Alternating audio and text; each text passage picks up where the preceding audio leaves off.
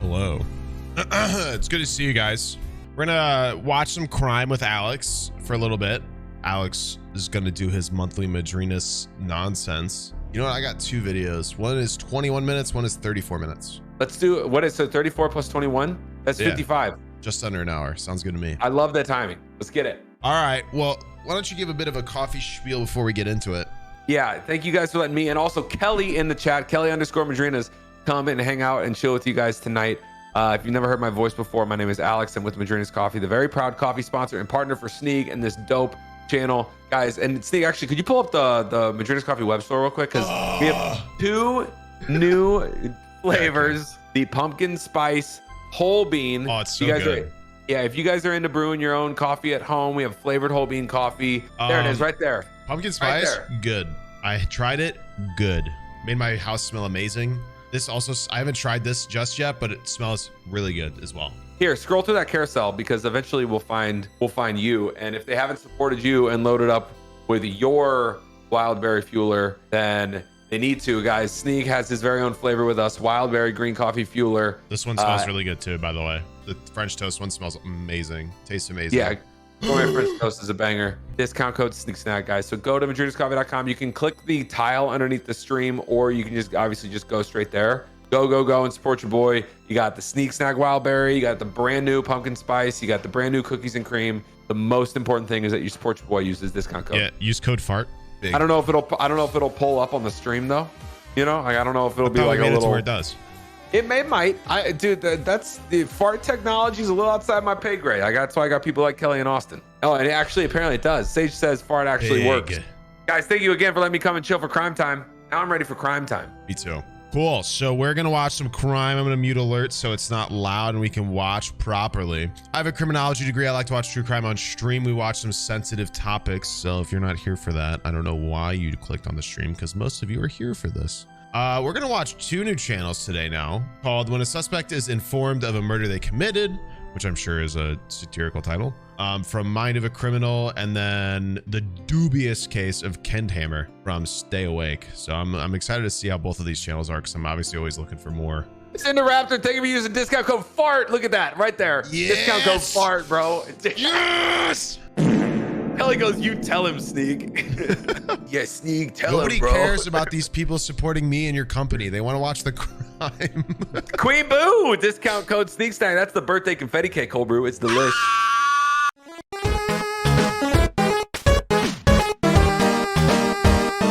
Let me know when you joined the stream. I can see on Discord. Can you hear? On January 7th, 2018, in Belgrade, Montana, a man called 911 around 9:30 a.m. and said that his neighbor, Audria, had come over to report that her roommates had been shot. In the 911 call you're about to hear, Audria is heard in the background pleading for help to arrive immediately. Oh, God. Nope. No, I don't think I can do that. Janice, thank you for fueling up discount code SNEEG. Why can't you? No, what do you mean? I don't think I can handle people pleading for their life on a 911 call. That's just a degree that I don't like. Oh, yeah. I'm with you on that. Yeah. Police arrived at Lauren DeWise's home. Everything seemed normal in the beginning. If you're curious, you can watch the video yourself. Of the house, where they noticed bloody footwear impressions in the snow that was leading to the back door of the house. The door had clearly been kicked in.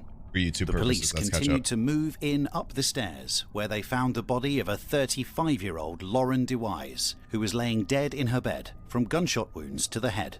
Her roommate, Ashley Van Hermit, was also shot and was critically wounded on the floor in a pool of blood. Ashley suffered 4 gunshot wounds, including a bullet to the back of the head. But incredibly, she was still alive. It was a race against the clock as paramedics did all they could to keep Ashley alive. When she was stabilized at the scene, Ashley was taken to hospital in order for her to be treated for her wounds. Miraculously, Ashley survived and recovered from her injuries. Wow. However, due to the bullet hitting her brain, Ashley's vision was impaired, and she also couldn't remember anything prior to the incident. The investigators quickly needed to establish people of interest that they can interview. That's crazy. Detectives turned their attention towards Ashley's recently divorced ex-husband, Paul DeWise. He was not a suspect at this point. However, police needed to speak to him in order to gather more information on the case. Paul DeWise was quickly tracked down just half a mile from Lauren's residence and was brought into the police station for a formal interview. What is happening? Okay, go ahead and get out. This is no time to take. Get out. Hands up. Hands up. Walk over here. Turn around. Ah, Look away jeez. from me. Walk backwards. Keep coming. Keep coming. Stop. Get on the ground. Get on the ground. Do not move. Do you understand me? Take him to the back of my car. All right.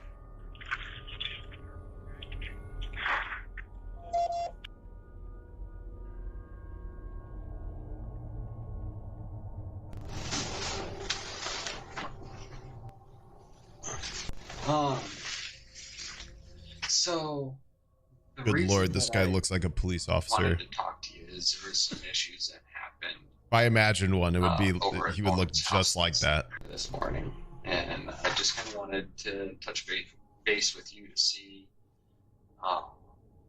if you were over there at all, if kind of where you were this morning, that kind of thing. Well, someone broke into the back door of her place, and so we're trying to get all of the stuff together.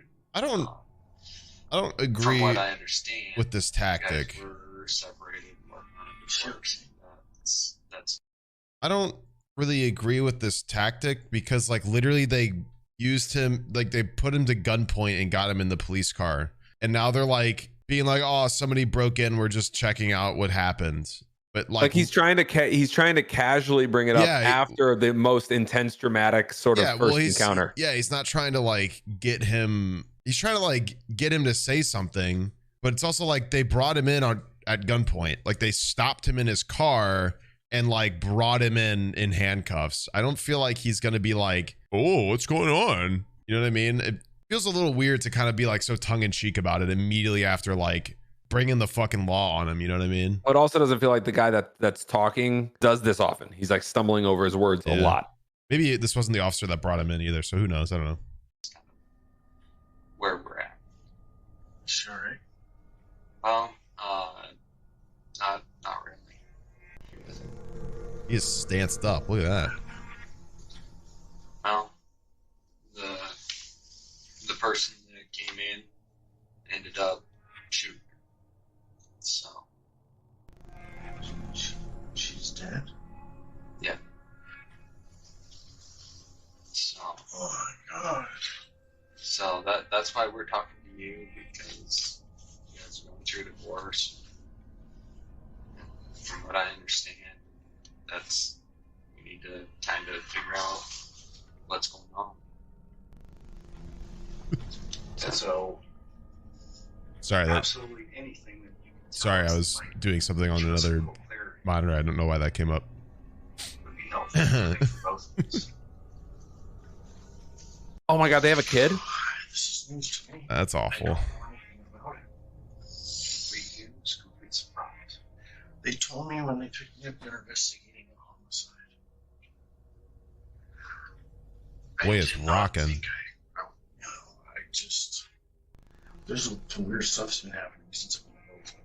So I'm like, geez, He's been to what? He's been in Bozeman, which is in Montana. Oh, I understand more. yeah. I'll move the alerts. Regardless No of problem. relational issues. I understand. I love her. Lauren's very important to me. And I'm so sorry that you're going through this I right need to move chat too. Don't worry. Want it? At this point, the detective has no idea whether Paul is innocent or not. Hmm. Therefore, So hold on. he will Hit carry pause on real quick. asking probing questions. Oh God, what While did I at just the do? Do you know, like, is the outcome here that this guy is the guy that did it, or is it supposed? The intro to the video kind of made it seem like he was. Also, I mean, the title is literally when a suspect is informed of a murder they committed. So I'm gonna Yeah. assume it's him. Might it not be? Yes, because they haven't really said anything. But also, like, a person getting recently divorced is not only like a gigantic stressor in general, but also a very good motive of killing the person they're divorcing from. So, and obviously that would, her roommate would be collateral because witness, but yeah. So we will see. I don't know. I'm going to assume that they're talking about this guy, but maybe they pick up another suspect. Who knows? Yeah. He was only half a mile from their house. So it's like the timing is very convenient. We'll see. Yeah, man, that's just like his initial, the first thing he said was like, there's a lot of weird stuff happening in Bozeman. Very, very, Like a lot of murders? yeah. I don't know. That's just immediately to me, it's like you're trying to like make the police look like, well, it's crazy out here lately. You know what I mean? First of all, wrong. Second of all, crime always happens everywhere. You don't live in safe neighborhoods. Crime happens wherever. There's a very known theory called crime of opportunity. People aren't just going to do crime in a vicinity. They do crime in opportunistic positions, which one of those positions is location. And it's never going to be the same location every time because the opportunity isn't there every time. The opportunity could be in your neighborhood. Fun fact. Not to scare you, because also statistically since the 50s, crime has gone down in America every year. The average rate and total of crimes committed every year has gone down at least enough to be discussable every year since the 1950s. Crime rate or total crime? Both. Both? Okay. Both. And the only reason people are so fearful of it now is because we have the ability to see it happening way more often now. We have the ability of social media and news, etc. Well, the biggest thing is that the recording device and the supercomputer that everyone uses in their pocket. Yes. People are much more exposed to these types of things nowadays. So it's much easier to see the shitty things happening around you and being like the world's going to shit rather than just being like, well, I'm just seeing the shit now. The world is always, not to be a bit dark about it, but the world's always been a bit shit. You're just able to see it better.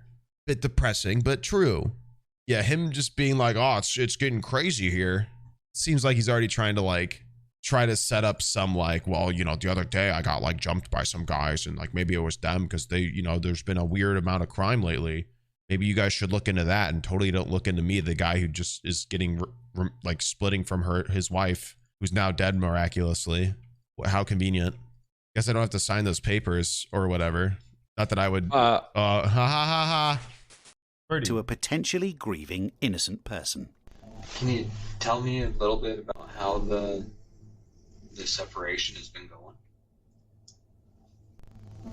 It depends on who you ask. For her, it's fine. For me, it's really tough. I want to know from you. I've had trouble dealing with it, Can you, let's just start with a basic time. So what about last evening, last night, as detailed as you can, say from the end of dinner time.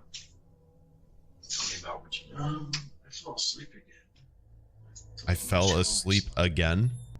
What time do you think you went to bed? You mean like everybody does? Every day. Ah, geez, guys. It happened again. Not again. I'm so silly. And that was about midnight. You got a 6-pack of beer, right? Paul has admitted that he did leave his house that night, but only to go to the convenience store with his son. Which detectives will hopefully already be be on questioning footage. if this information is only being put forward in order to act as an alibi Paul can use. Creating a timeline of Lauren's death and allowing Paul to be locked into one story straight away is important, as this information will later be examined and could determine if Paul had the opportunity to carry out this horrendous attack. Very true. At this point in the case, there was no probable cause to detain Paul DeWise, and for that reason, he was released. However, police did manage to seize his phone. Shortly after, the detectives decided to bring Paul's son, Joe DeWise, in for a formal interview. Cool, more than it one was kid. important to get his side of the story, as he was the only person who was with Paul at the time that the murder occurred. Just so you understand who Oh, I am. God. My name's Jeremy Kopp. I'm the detective sergeant for the sheriff's office. Bro, This is effed up. Okay. I swear to God. Obviously, I don't like where that's you know going. what I don't happened like the way they phrased that. Yeah, this is given effed up. that, I don't like that. I really don't I like need the to way be he just able phrased to sit down that, and be like, able to at talk all. to you. Right? How was your relationship with her? We were close. Yeah. She was like my mom. Okay. I will She be right was back. my mom. She was pretty much like my mom. Okay. Let's go to Saturday. And just walk me through Saturday. Okay, for some. So Saturday. Let's see. So I got up around like maybe 12-ish, around 12. Why'd you go? I just go with him just because. Yeah. Excuse me. I mean, do you hang with your dad quite a bit? Yeah. That No, you and your just dad are pretty tight? Yeah. So we just Fair enough to say. just whatever we do, you know. Is it just you and dad then Yeah. going on the beer run? Okay. So you don't recall hearing the doors or anything open when you go to bed? Everything's fine. Okay. So it's important that you and I, as we kind of work through the details, Okay, I'm back. that we're completely truthful with each other. Okay. That's pretty important. Right. What do you think happened? She was in her home sleeping. As I know from what they had told me, the body. It could have been drugs or whatever. I don't know. Yeah. As far as I know, it could be drugs. Is he asking the kid what he thinks happened to her? Could you? Yeah, that's effed up. You think you'd do something like that? No guesses. No.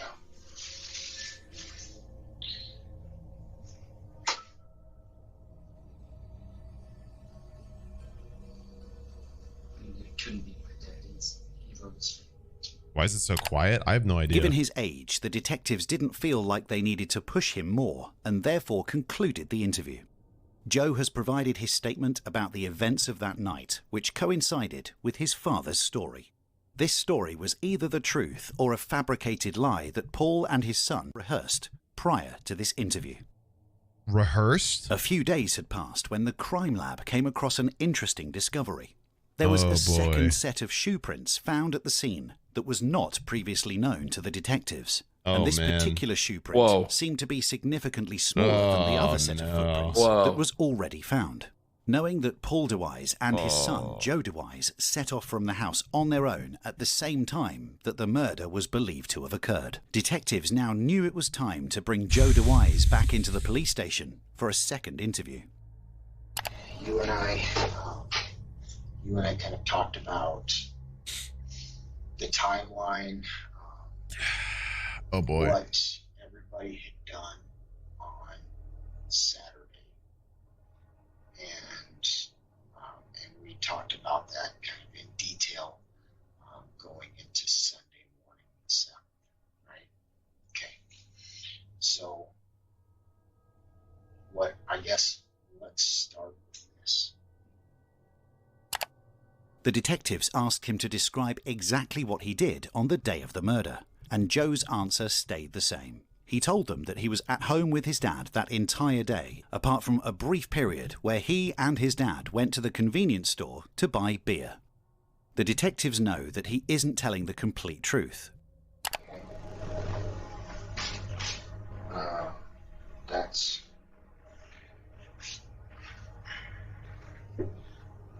That's pretty accurate to what you told me yesterday.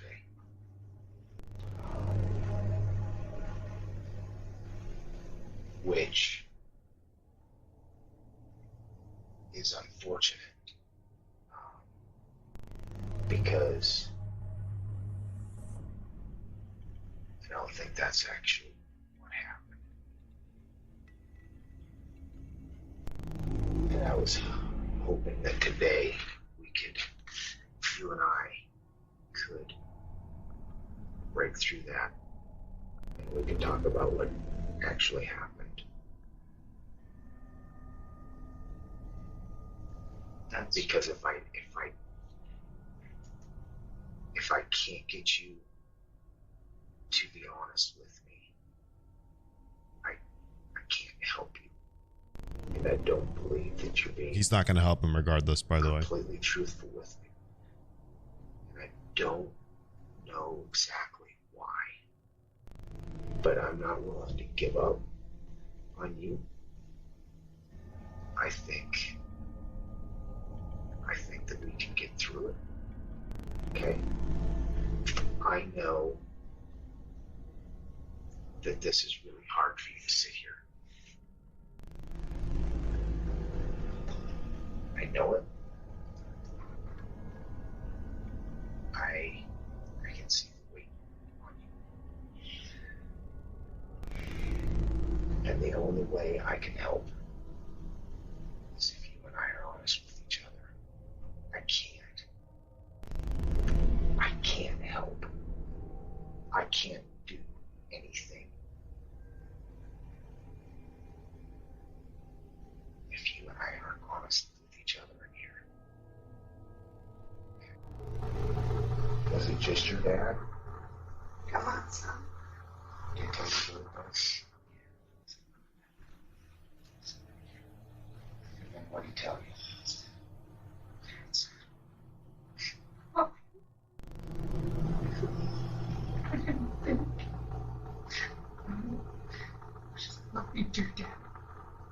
I love you, dear dad. What? Who the fuck talks like that?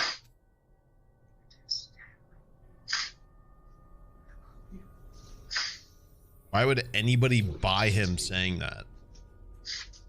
Father? Good night, Father.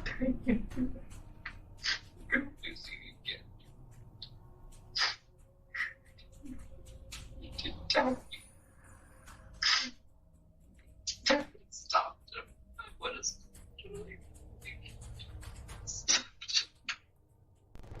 Was it you or him? Tell me.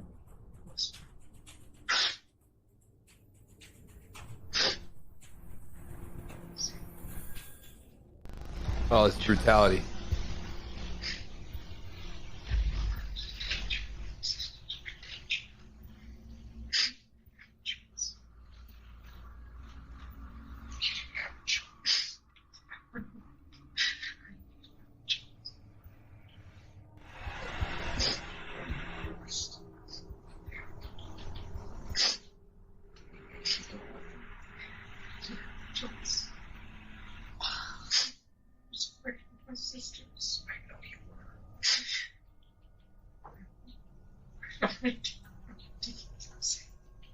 What? And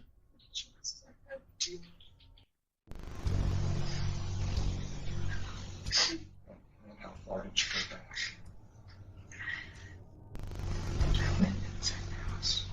How far did you go in the house? Could you see the stairs? Could you see the stairs? Yeah. Could you hear them? Yes. Could you hear them?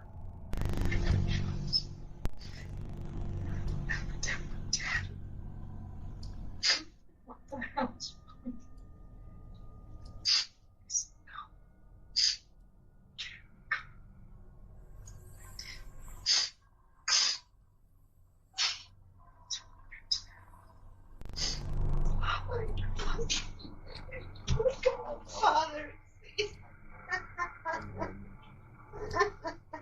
After this interview with Joe DeWise, detectives now have their primary suspect, which was the same man they suspected from the beginning, Paul DeWise. Looking into their relationship, it was clear to see the hate and anger Paul had towards Lauren. And although they were divorced, Paul still couldn't believe that Lauren moved on and started dating other men. He would become increasingly jealous and would stalk Lauren throughout the day. A Facebook comment written by Paul DeWise read, Last night, I caught Lauren Walder DeWise making out with this man in her car outside of a bar. This man attacked me repeatedly and was pretty beat up. This evening, I caught her with a different man in his truck in a different parking lot when she said she was in leadership, Bozeman-sponsored Rocky Mountain Bank. I asked her to move out. She came home, got her belongings, and left, and turned off her location sharing. She didn't shed a tear. Now I am a single stay-at-home dad with 3 amazing kids that needs to find a full-time job and this daycare. seems like some great I'm posturing. also very angry and sad. Lauren was everything to me and the kids, even though she stopped paying attention to them or spending time with any of us. When police searched his phone, they found spine-chilling audio recordings of Paul and Lauren. After listening to it, it was clear to see that Paul has been planning this murder for quite some time. You've always told me that, Lauren.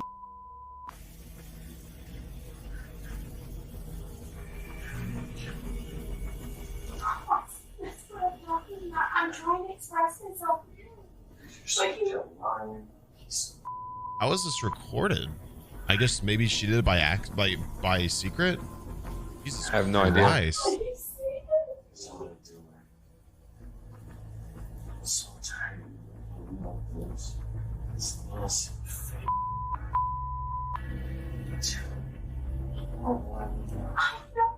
I've done everything for you. I've given up everything for you. Jesus.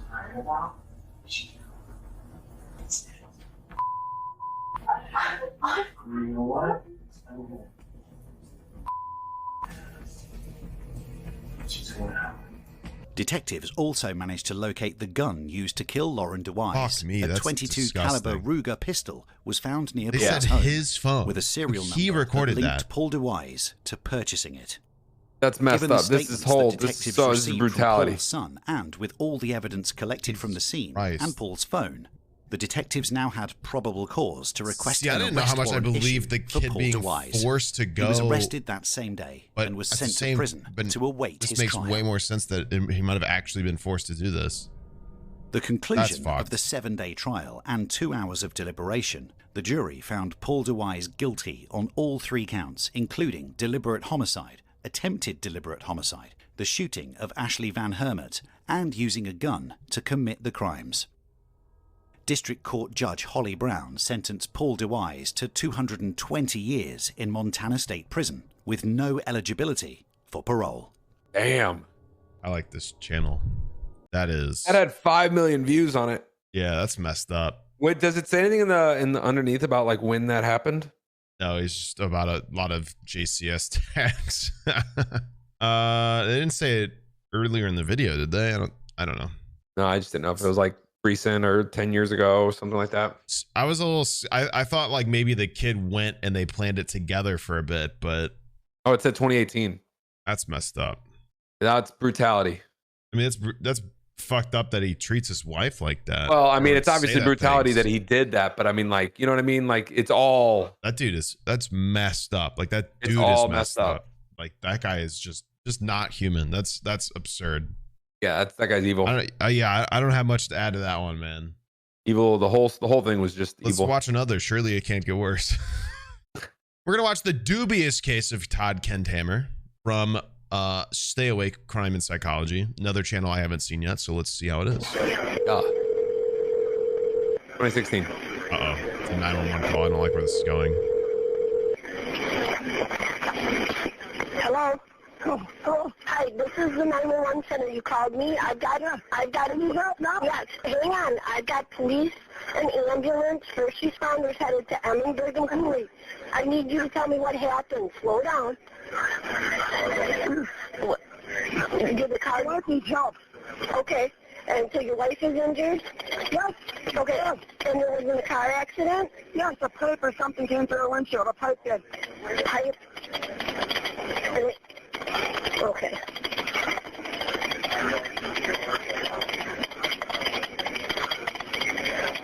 All right. And I'm going to connect you to medical information, sir. What's your first name? Todd. The man in the phone call that we are currently listening to is a 46-year-old man that goes by the name of Todd Kenthammer. Many of you may already be familiar with the tragic and controversial details that are about to be explained. and may already be aware of the abundance of observations that can be made regarding the case of Todd Kenthammer. However, it really only takes one word to summarize exactly what this case is not: certain. On the morning of September 16th, 2016, at exactly 8:05 a.m. along the side of a country road in La Crosse County, Wisconsin, Todd Kenthammer finds himself in a state of total panic when a metal pipe flies off of the side of a passing truck and smashes through the windshield of his Toyota Camry. The pipe strikes his wife of 25 years, leaving her with severe injuries to her face, head, neck, and back. Immediately after the crash, Todd finds his vehicle in an awkward position along the side of the road. He quickly throws his vehicle into park and notices that his wife Barbara is no longer responsive. He exits his vehicle and pulls her onto the ground on the side of the road. He then immediately calls 911. Todd's first call to 911 is ended abruptly. He then receives a call back, which is just about where we are now. Todd, okay, and they're gonna help you help her until somebody gets there, okay? Hurry up. You're gonna hear a dial tone in the phone ring. Just stay on the phone. Let me talk first when they pick up, okay?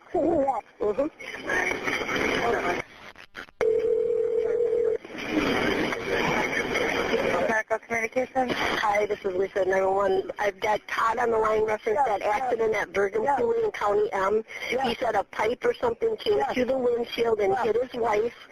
His callback number is the number on the header, 608. So he needs some help with it. Go ahead. Okay, what are you going to do? Tell me exactly what happened. It got her, she's hitting the head and in the throat, I think, in the throat or something. She's got blood coming out of her nose and mouth and it's really big and blue. How old is she? 46. Is she awake? No, I can't get her to right. She talked that first a little bit. Okay. Is she breathing? No, I don't think so. No. All right, sir. We do have help on the way. Stand along. How long? You're up the road. Sir, I want you to stay right where you're at, sir. Oh, yeah. I'm going to try to do something with it. Yep, we're going to... Uh-oh. I'm going to put the phone down. Can you get her out of the vehicle, sir? I got her out. Okay, I want you to lay her flat on the ground. I got her flat. I know if I stay, but I don't know what to do with it. Okay, listen carefully. I'm going to tell you how to do chest compressions. Place the heel of your hand on her breastbone, right between her nipples. I know how to do that. The other hand is the top. I know how to do that. Pump the chest hard and fast. He's got blood coming out of his mouth. That's okay. Go ahead and pump it twice per second and 2 inches deep, okay? Okay. All right, put the phone down all the way between the pumps. I'll come back in a minute. Okay, keep going, sir. I feel like she shouldn't have been moved, but that's okay. She was breathing out her ear, too. Okay. I hit her hard when she whipped around. Okay. I don't know. How did a pipe... That's the thing, man. That's like, I think that's the whole thing. It's How like, did a pipe come through the car and hit just her and not him if they were both in the front seats? I don't know. That's what he claims, though, is that they were driving down the road and all of a sudden a pipe came through and hit her. I guess if the truck was in front of them and the pipe came backwards, maybe I'm thinking of a huge pipe. No, but it said it came through the side window, and I mean they're not driving in Europe, so like maybe it was someone that was parallel with them, not from the other direction, but they were driving with them, and it came from the side. We'll see. I guess we're gonna see. They're coming, Todd. Keep on going. The best thing we can do for her right now is to continue with that CPR. You got her. Hurry up. Okay.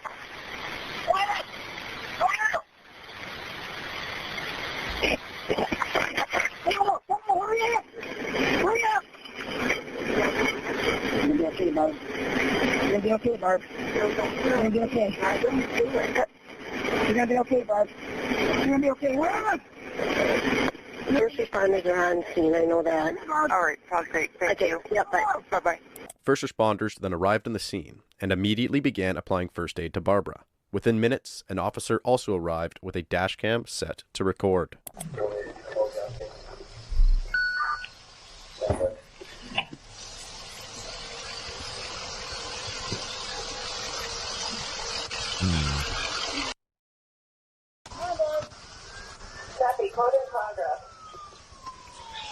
I did it harder. Was that bad? No, it's bad. I know CPR for first aid. Come on, Barb's taking it. Take it. Sir, come on over with me, okay? Go out the officer. Come with me. Who is this? My wife. It's your wife? Okay. What happened? Do you know what happened? There's a pipe. Okay. Come up here by the thing. Okay. It'll be all right. I don't know. Okay, let first responders and stay right here. Okay. There's a pipe in the ground. No, it would come out of that tree off a truck. What? A truck? A truck or a trailer or something. I think it was a truck with a flatbed on it. And the truck just kept going? I don't know if he fell through it. I didn't see what. Okay. Were you in the car with her? I was driving. Okay. All right, stay right here. Okay. How is she right? I don't know. Let first responders and everybody deal with them, okay? I tried to catch it. Catch the pipe? I tried to see it. I hit it. I went to hit it, but the windshield got me. What? It came across the windshield? It came through the windshield. Okay, just stay right here. Oh my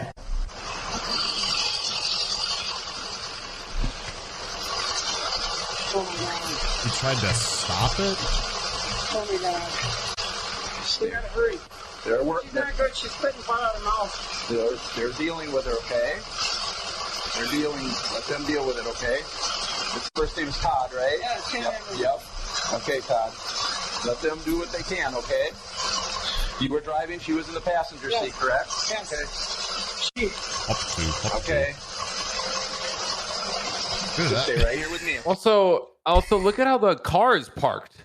Like, look at how the car is. The car on the side is of the parked road. backwards. Yeah, it looks like he parked and parked backwards into the ground. Like he reversed into that. How did you know? That's what's bothering me too. He literally like parked back is to the street. Or it's not like it hit. Or it's like he was coming, unless from our perspective, the car was driving at us, the pipe hit, and then he said he tried to stop the pipe or something. Maybe he accidentally spun the wheel to the left. Maybe he was coming the opposite way and spun out in that way. Maybe I don't know.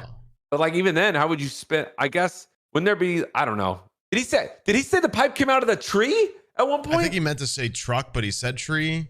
I guess if it's a small road like this, like maybe a car was coming this way, he was coming this way, and it was like opposites. Well, at this point, it would be like this isn't like a 4-lane road where there's two lanes running parallel to each other. This is like only oncoming traffic, so it would only be a truck coming at them. Yeah.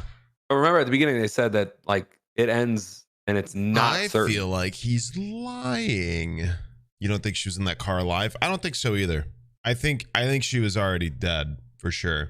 I think he did something. I think he killed her and then made some fucking crazy story up to try to seem believable. But she's gonna. She's probably gonna have some giant fucking bludgeon to the back of the head, and it's gonna completely ruin his theory because they're just gonna be able to tell where the blow came from, and he probably like hit her with a blunt object from the back of the head, which is probably how he caught her by surprise. But he can't exactly like prove that from a car accident. Like, it's hard to have a head wound in the back of the head from a car accident. I don't know. Okay. But yeah, if she's already dead, forensics will be able to tell like time of death because of the amount of carbon in the body. You can tell. You can tell when your body stops like making carbon because it's not alive. So they can actually tell the time of death based off of that, which is really cool, by the way. It's a very cool science to it. But yeah, they'll be able to very easily tell exactly when she dies, and if it doesn't really match up with any of this, they'll immediately know better. So what if he did it quick? Like, what if he killed her quick? I mean, but he'd still have to be very exact with the timeline. That's the thing, is he'd have to know exactly when she died, and somehow get this situation to line up perfectly. Like, there's going to be a way for them to tell whether or not his timeline makes sense. So we'll see. I gotta go with her. She gotta go with her. Well, if she goes to the hospital, we'll see if you can go with her, okay? Okay? All right. Stay right here, okay? Stay right here. Look at the firefighters are just like, I got her out here on the road, and I was so fucking freaked out. I didn't know it was this bad. I turned and she started flopping and flailing, and so I went quick to turn around, and I don't know what happened. Okay. I got her out of the car and I seen she bleed out mouth, so I started doing CPR. Where were you guys headed? gotta take her to work. Okay. And I gotta go pick up a windshield. I gotta put a windshield in the car. Well, what? Wait, they just didn't have a windshield on the car? Why don't you just lean against here, okay? Just lean. How convenient. Okay. Todd, we were going to pick up a windshield? What are the odds? Starting to hyperventilate, okay? Through the nose. Out the mouth. Slow. Slow down. He's starting to hyperventilate because they're starting to ask questions about what's up. Out the mouth. Let them work with her, okay? Through the nose, out the mouth. What's the easiest way to show you're panicking? Where were you traveling when this pipe came through the window? Right here. You were turning into here? No, I was coming up the way. So you were heading northbound on M and going to turn into here. Yep. And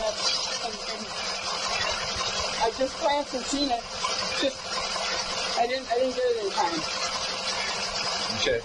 I looked up for bullshit and talking, and I looked up to see the vehicle coming. Okay. God, this ambulance truck is so loud. Pipe, okay? I pulled it out of the windshield. You pulled it out of the windshield? It's sitting right inside the car. Okay. As you may have already noticed, Todd's story is beginning to sound more and more bizarre. As we just witnessed, when the police arrived on the scene, Todd was still acting very erratic. His anxiety was through the roof and his communication skills were slightly hindered. He was constantly repeating himself, and he was noticeably hyperventilating at times. Based on the way that this crime scene was discovered, law enforcement was immediately beginning to question the story that Todd was telling. Cool. When Todd was asked what happened in more Todd. detail, Todd went on to claim that a blue or green or possibly even black truck with a makeshift flatbed had driven past them and a pipe had fallen off the truck and impaled the windshield of their Toyota Camry. Todd quickly reacted. He then punched towards the pipe and tried to block it or catch it, which then resulted in injuries to his knuckles as well as a second impact crack on the windshield. He claimed that the pipe had hit his wife, causing her to flail her arms and legs before she then became unresponsive. Hold on. He then acted causing as well as a second pipe and tried to block it or catch it, which then resulted in injuries to his knuckles as well as a second impact.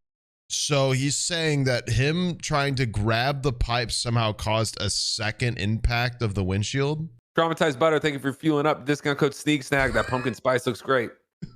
How physically could you do this? I don't even know how physically this would happen if it was one pipe coming at the car. How does it have two impact points? I mean, maybe especially, there's just no way it would have two impact points that perfectly. Yeah, it would have to become perfectly at the car. Like the angle would have to be exact. Like the odds of that. Both spots would have to hit at the same time to get such an equal impact point like this is. I mean, those are equal in radius and everything. I mean, they also, look it's pretty high. much equal. It's pretty, like it's pretty much over here too. So that's also doesn't look like it really came through the windshield. Also, if it was at a truck that was coming at them, it would be sliding out. So just think about it. It'd be coming off the bed, sliding to the left. It would be going. It would land over here. Yeah. Unless it really traveled, it would start on the driver's side. But how does it travel? Is there someone pushing these off the back of the truck? Like what is shooting these pipes off the back of the truck that gets all the way over to the passenger side of this? What made Todd think he could smash two parts of the window and then say one pipe went through and hit just his wife from a car on his side of the road, and then also not make a dent that's actually pretty much through the windshield? That's barely a hole in the windshield. He said his punch made the other impact. That's an outward impact. You can tell based off of the glass, like the way the glass is breaking. Bro, he said that's broken from the outside. He was on the way to get a new windshield and his windshield got cracked. Who goes, what? But it doesn't make sense that this second impact point is from him trying to punch the window to stop it, because the way the glass is broken, it's caving in. Like it's also he's driving. Also that reaction time would be like superhero reaction time. Oh, his job is windshield repair. Oh, he's a windshield repairman? You think he would do a better job of faking a windshield break than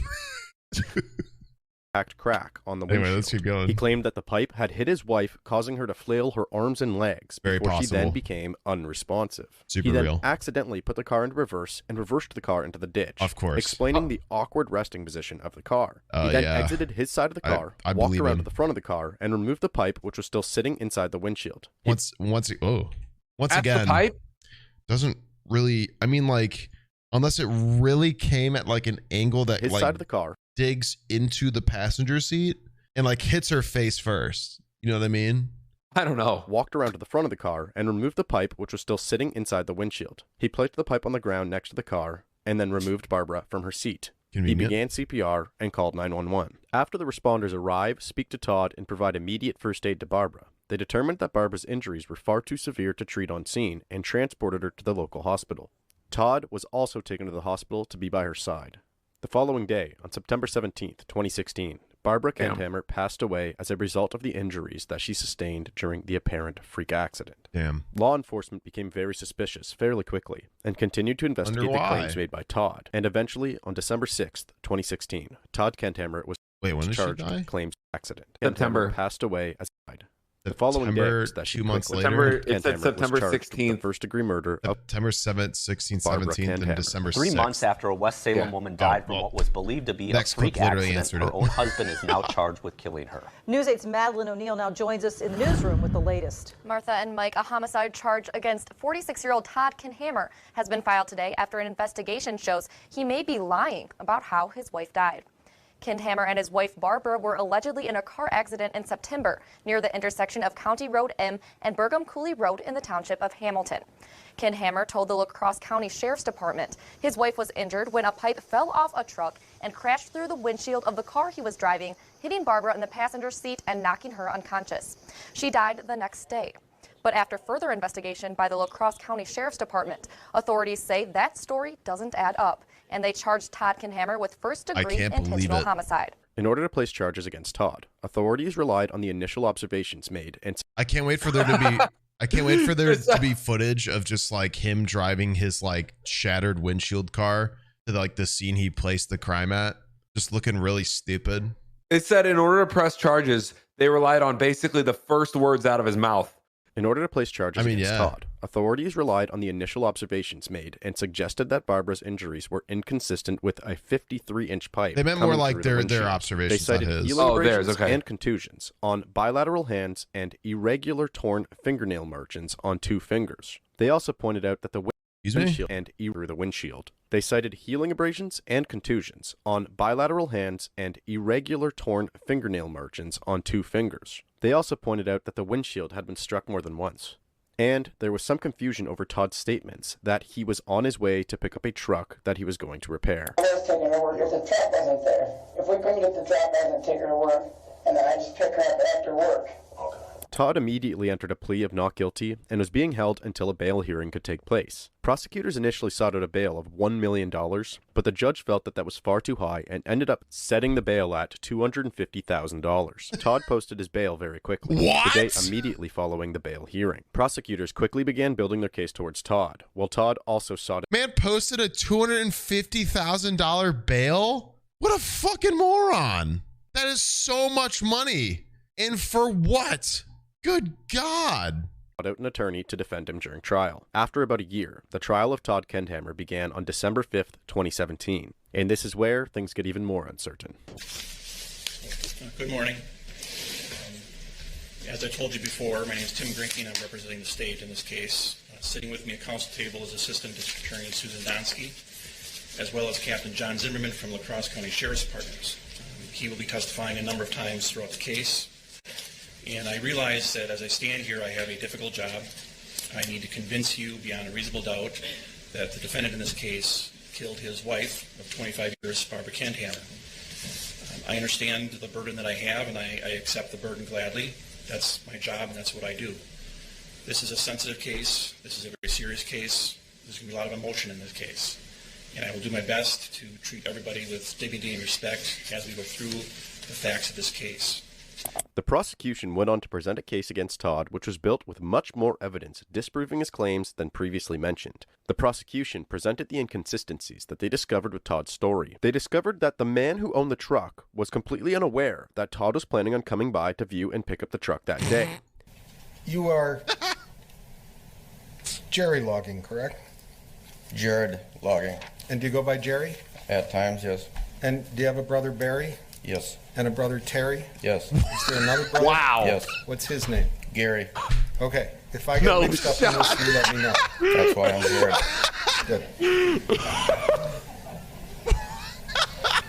What? Had you talked to Mr. Kindhammer What about is fixing he? the windshield What is on he that from? truck? From a Dr. Seuss book? Do you have two brothers that work at Crown Cork and Seal with Mr. Kindhammer? Yes.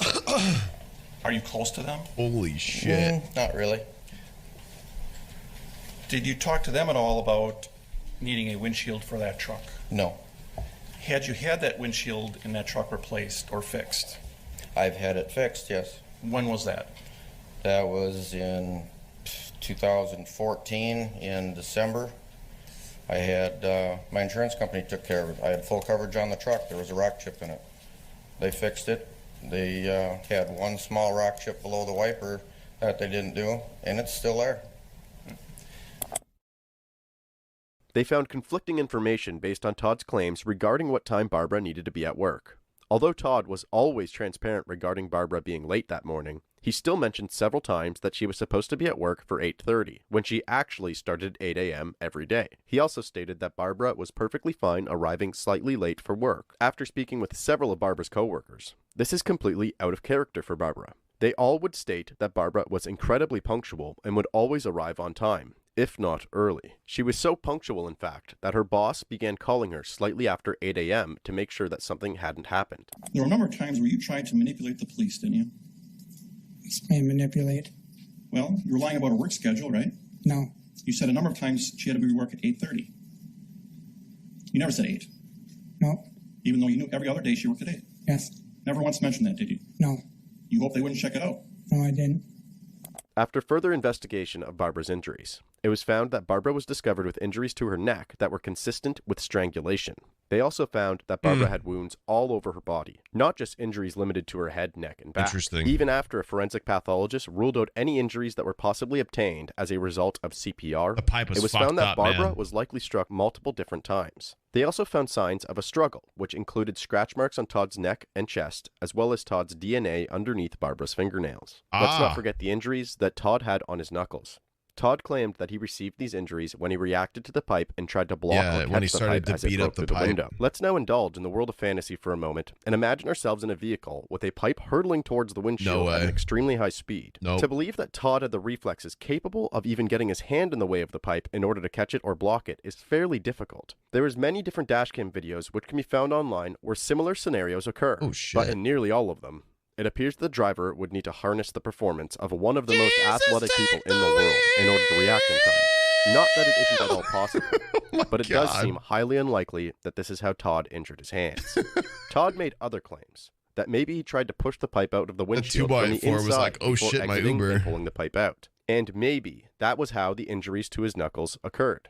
However, it also seems unlikely that he would be pushing with his fist. Nope. He would not. Who The would, prosecution who also would went on grab to something discredit with the who way would that be Todd like, yeah, claimed let me that the stop accident that. happened. They did this by playing video-recorded experiments for the court, demonstrating that the pipe would not have traveled or bounced the way that Todd claimed that it did.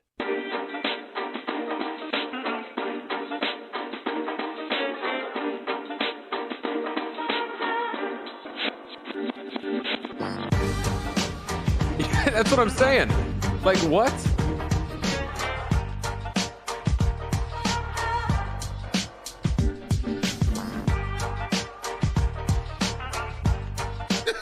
This is amazing. They actually played out the scenario.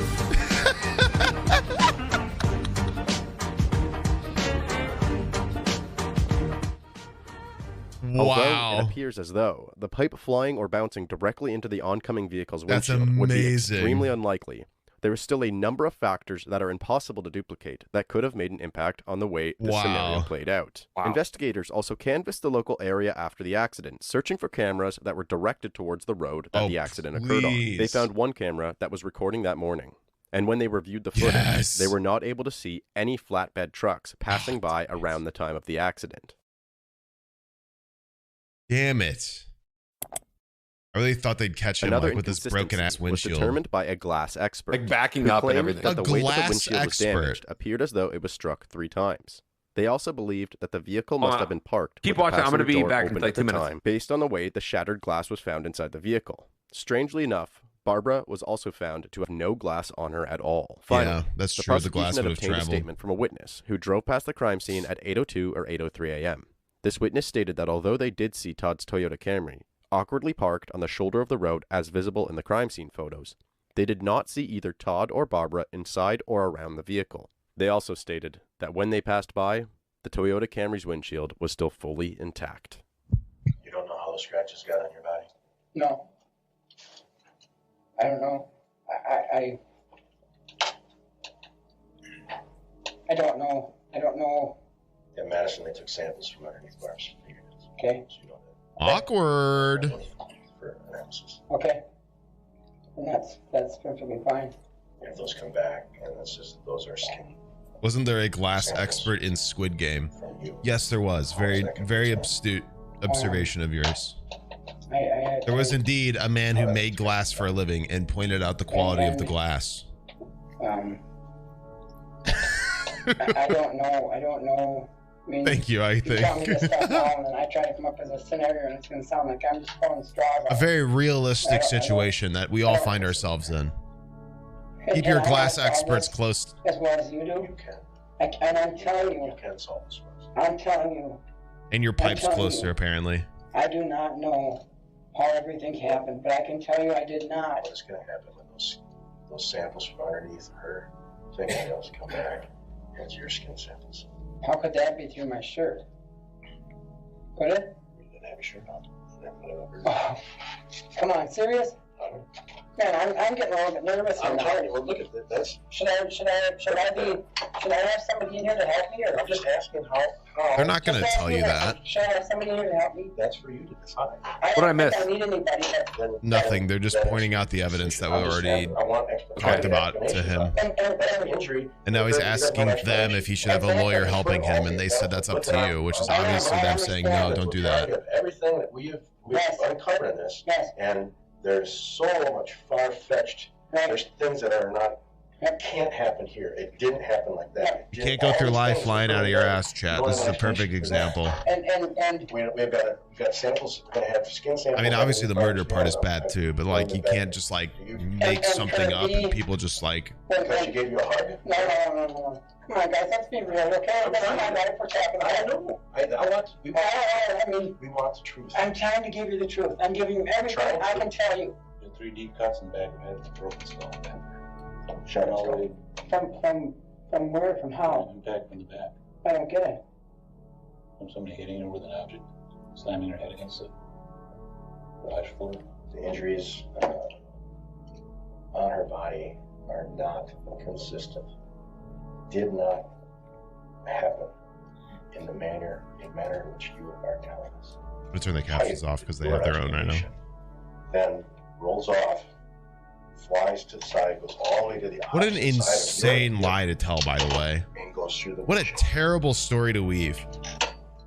and that's the laws of physics. It's impossible. A pipe came flying into the car and strangled my wife and hit her in the back of the neck and in the head 3 times, and then I tried to punch it and broke the windshield from the outside, from the inside, because I'm so strong. Something happened. You're not telling us. Okay, I appreciate your time. And then I went into reverse backwards for some reason. It didn't occur as you said them. You're the only one who was there. You're the only one that knows. I am Barb. And you know everything. Yeah, Barb, we can't ask Barb. How can we? We can't ask Barb. We can ask you. And you're the only one that's going to be able to tell us. In her memory, you're the only one that's going to be able to tell us. Yep. Someday you're going to. I think you're going to. In this case, did you reach a conclusion to a reasonable degree of medical certainty? Kind of a cool transition, about not gonna lie. The cause of Barbara Kenhammer's One heartbeat change. It's kind of that's yes, cool. I did. Can you tell the jury what that opinion is? I think the injuries here are entirely consistent with the accident as was described by Mr. Kenthammer. What? And will you explain to the jury I why? will explain why I think and what I think happened in this. Now, first of all, several things about car accidents.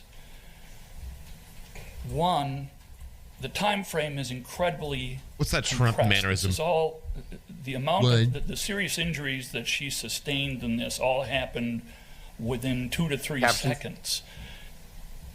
This is an incredibly rapid process. If you see what happens, you've seen slow-mo videos of crash dummies and stuff to see how it is, but even in your own vehicles, the reaction time you have on things happening is a very short period of time. Pipe's coming towards the windshield. Oh, yeah. You pick it up somewhere because motion, your brain has wonderful visual receptors where you see something and if it changes an emotion pattern, receptors? You mean eyes? It sets off a bit of a warning to you. Yeah, a big red flag of somebody lying is using words that nobody fucking uses in a normal sentence ever. Or the human body has incredible visual receptors. They're called eyes. Yeah, or using synonymous words to regular words that anybody normal would use if they're just talking normally. Who the fuck calls eyes visual receptors? Weirdo. All of us driving have probably at least had a pebble hit the windshield or something that was a rock. Most of us have had it where we've seen it just a fragment of a second before it hit the windshield. Yeah, and you know what? I don't react. You just heard it and reacted. I just go. I have had the displeasure of having a rock I don't throw about my the size fist of a up. baseball come from behind a truck and hit right about where I would have been positioned in terms of driving when I was driving with my family one time and on a trip in Wyoming. What? No, nobody cares. You could see it.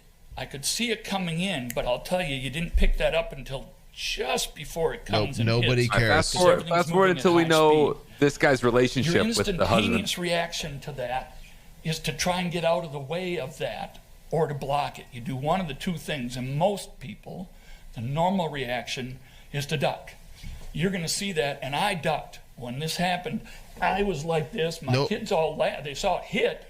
It put a hole about this big in the windshield, but it didn't come through. So glass splashed a little bit. What is happening right now? But I ducked. I actually hit the steering wheel with my forehead. I'm wearing a seatbelt. Because if you don't brake, your seatbelt doesn't just stop you right away from moving forward. That was my reaction. Nobody's asking for this. Something like this coming at you. This is irrelevant. Where's the objection? The other thing you do is you tense. Your body is very tense when this happens. If you see a flight or danger, everything is I swear to God, tense. if this guy gets what is happening? This guy gets away with this, I'm going to lose it. A lot of accidents in the past, when people were drunk driving, they wouldn't. That was the person who didn't seem to get hurt. And you've certainly seen that in the news and other stuff because they're relaxed. They're not in a position where everything is tense. So some of the absorption of the energy happens naturally when people are relaxed. But you see something coming at the windshield. Now, he tries to hit the windshield. The windshield has a dent going outward, so he obviously has No, it doesn't. The windshield to make a dent go outward. That's Who can punch a windshield that hard, bro? Not that guy. What's going to happen with your left Like The Rock, like Dwayne Johnson maybe, but that guy? That dude was a noodle. There's no way. Pull the wheel. Bro, if you told me right now to go out to my car and punch a hole in the windshield, you could give me like all afternoon. A little bit. A little bit of this action. That's his side of the A little bit of this action going. She sees this coming. Oh my God. This is fun. I don't know who this is. This is an expert witness of some sort. Yeah, but like he's supposed to be testifying based on his education and his science and his professional background, but he starts telling everybody a story about his family road trip to Wyoming. Well, that's the fun part about expert witnesses is they just say whoever pays them what they want to say. So yeah, don't trust witnesses ever. One, eyewitnesses are terrible at recalling what they witnessed. And two, expert witnesses are paid by the side that they're arguing for half the time to just say something that aligns with what the prosecution or defense is arguing. That's his side of the car. Her side, she sees this coming. She ducks. That's the only thing she can really effectively do is try and duck. Now she's holding a large coffee mug. Can I stop you right there? Please stop him. That's the I saw a picture of it. I didn't see the mug before, but yes. A large coffee mug, a rigid coffee mug. She's holding this. Maybe had just taken a sip of coffee. That's a big now boy. Now sees this. She goes to duck, gets as low as she can, forward. Pipe comes in. First blow, the long laceration is the pipe. Now the pipe, when Hollywood puts a pipe through a windshield, it goes right through you. Okay, pins you to the seat. Depends if it's Quentin Tarantino, then it goes to your forehead. But Hollywood has the pipe always go through you. stuff comes in, it moves. In this case, it doesn't have to go through you to do damage to you. It comes in right next to her. Bam, she's right next to her. She's going in. She's heading into it. Side of the pipe. That's the blow that created the bleed in the brain and knocked her unconscious right at that moment. Doctor, may I interrupt you? Yes. Doctor? The jury has seen this photograph before. That's the bigger of the two. And this is not this is a fairly typical thing you see in. Your scalp has 7 layers from the top of your skin down to the bone. And some of them are fascial layers, and that's what you're seeing underneath. But when you crush, when you smash down on something, if you slice through it, if you have something sharp, it's a clean cut, and you will just see scalp and both edges. When you smash down, it has to separate the skin, so it tears it apart, and the tears are often irregular, like you're seeing there. You will have little bands that will connect. It sometimes almost looks stellate, like you can have parallel cuts even sometimes with them, depending on how it hit. But it will have that kind of almost a shredded sort of look, because it tears it apart. Someone tell that cuts it. Coughing to shut up. Force. So this blow smacked on the head. What does this have to do with anything? She's tightened up. She's going forward as hard as she can to try and avoid this. This pipe whacks her. Okay? Natural reaction of a blow anywhere here is going to knock you down. It's going to knock her down right into this if this is sitting on her lap. And this has did they busted find off right in here. anything you've got on the right coffee here mug? On your neck coming up in a hard blow that you're unconscious have been snapped down to it, can now break your hyoid bone, create all these injuries on the anterior neck, and crush the anterior airway here. Literally strangle her? And in addition, what does that do? This might be a shock to all of you, but there might be a difference between a blunt force object impacting a trachea as opposed to like hands in the form of like a strangulation. There might be quite a difference, actually, you could say. Now, as you've done that, you've hyperextended the neck from this, which will do the compression injuries right down the lower spine where she had some compression spots. So that's 3 injuries right. Also, they could totally like examine whatever coffee cup they're claiming was hers that she had and test if it had any sort of like DNA on it, because we transfer DNA on everything we touch in some fashion. So they would be able to, especially if she really like hit it hard, they would be able to tell if like skin DNA is on the cup or even blood or anything. They could test that. So right there, all in that first half second or 3/4 of a second. Bam, bam, bam. Now as she does this, she's unconscious. Now you've got an unconscious person. Oh no.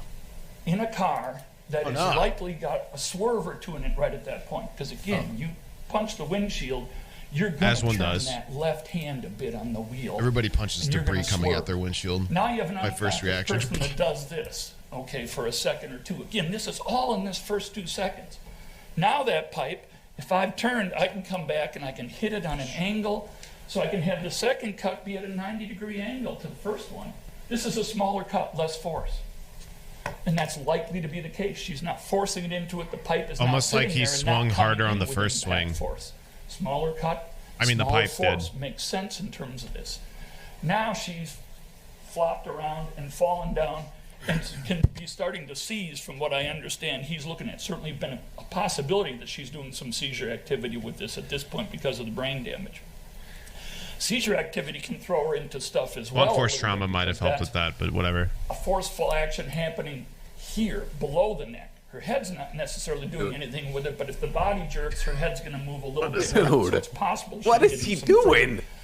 I can't believe this. This is real. Then you pull off the road, and you try and take her out of the car.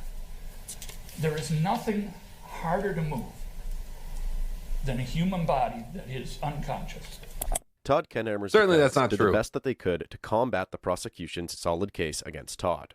They provided numerous expert testimonies, scientists, character witnesses, and went over Todd's squeaky clean criminal record and almost perfect relationship with his wife. They attacked every piece of evidence being used against Todd and came up with several different arguments, all cementing the point that this was a freak accident. Both Todd's direct family, as well as Barbara's family, stood behind him, and to this day, full-heartedly believe in his innocence. They have even gone on to create a website to support him, despite BitCheck. putting up a good fight. Todd Kenthammer was found guilty of the first-degree murder of Barbara Kenthammer. I can't believe it. On December 14th, 2017, Todd was sentenced to life in prison and is eligible for parole after serving 30 years. Since being convicted, Todd has not given up his fight. He has since gone on to hire one incredibly familiar attorney to represent him during his appeals process. The attorney that he now has working on his case is Jerry Buting, the same attorney that represented Stephen Avery in the hit Netflix documentary Making a Murderer. My God. Todd and Jerry This is up in Wisconsin. returned to court in August of 2021 for an evidentiary hearing with the hopes of exoneration or the chance at a new trial. What? They have since filed for an extension for more time to work on the case. Gee, I this wonder is why. likely not the last that we will hear of the case of Todd Kenthammer. What? I think the injuries here are entirely consistent with the accident as was described by Mr. Kenthammer. That's pretty nuts. Everything about what we just saw is so confusing. I don't understand. There's not a single thing. There's almost not a single point of that whole story that is not confusing. Like everything to go into the guy buy a windshield or whatever, to the how he was parked on the road. I mean, literally, bro, what about the part where her family believes him? Yeah, none of that. His and her family are like, yeah, we think he's innocent. What? She had strangulations. Now, to devil's advocate, it is very possible you just have DNA of your significant other on your body in some aspect. Like, because once again, we just transfer DNA by touching anything. It's very possible that if you live with somebody and you're married to somebody, you just have like traces of DNA of each other. Like I probably have a hair follicle of Hannah's somewhere on my clothes right now, just because like, that's just how it is. But like skin under your nails of them, and they're like knuckles are bloody. Skin of you is under the victim. I don't know. And the victim has strangulations. And you have wounds on you that scream somebody was defensive. It's like, I don't know. Maybe the family just says that in case he gets out. That's crazy. I've never seen that before. Nothing made sense there. Nothing made sense there. It was all confusing. That entire thing is wild. And then like the guy whose brothers were Terry, Jerry, Gary, and Larry or something. Oh my God. Like, what the hell? Why did their parents do that? They couldn't come up with anything else? That one was, I mean, obviously that sucks because that lady died. That's awful. That's crazy, man. But like the story is, I don't know, unbelievable, like borderline unbelievable. I guess at the beginning it warns you. It says, hey, this is anything but certain. But either way, man, thank you for chilling and thank you for letting me come and hang with you tonight. Yeah, of course. If you want to show them your Wildberry again, because you're very, very handsome in those pictures, and I know they'll appreciate it. Oh, with this again. Oh, with the web store again. Big. I think I will hit Wildberry. shop now. Who is this Wildberry man? Green Coffee Fueler. It's me. Big. Spoiler alert. That's me. All right, man. Thank you so much for chilling and hanging tonight. Thank you for crime time. Yeah, of course. All right, man. I'll talk to you soon. One love. Bye. Peace.